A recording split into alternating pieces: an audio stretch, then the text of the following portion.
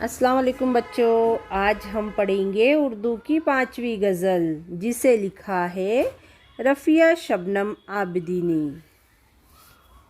पहली बात, गज़ल उर्दू शायरी की वो सिन्फ़ है जिसके हर शेर का मज़मून मुख्तलिफ होता है।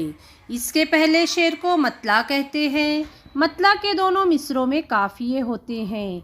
गज़ल के बाकी शेरों की सिर्फ 2 मिसरे में काफ़िया इस्तेमाल किया जाता है।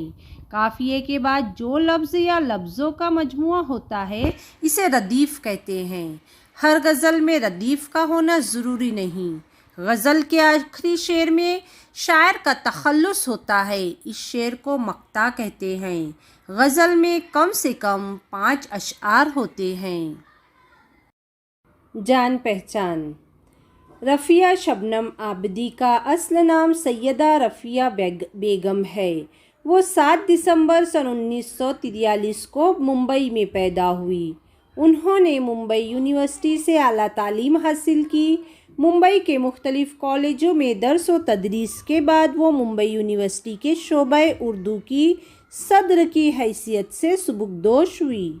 मौसम भीगी आँखों का, अगली रात के आने तक और कृष्णचंद्र, मुंबई और उर्दू कहानी इनकी मशहूर तसानीफ़ हैं।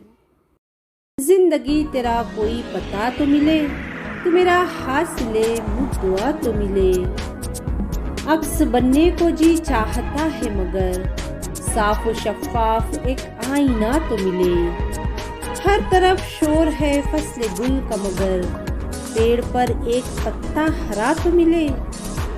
गम की दोपहर में इस भरे शहर में पेड़ बरगद का कोई घना तो मिले। हम सफ़र सैकड़ों, हम नवा सैकड़ों, इनमें कोई मिजाज आशना तो मिले।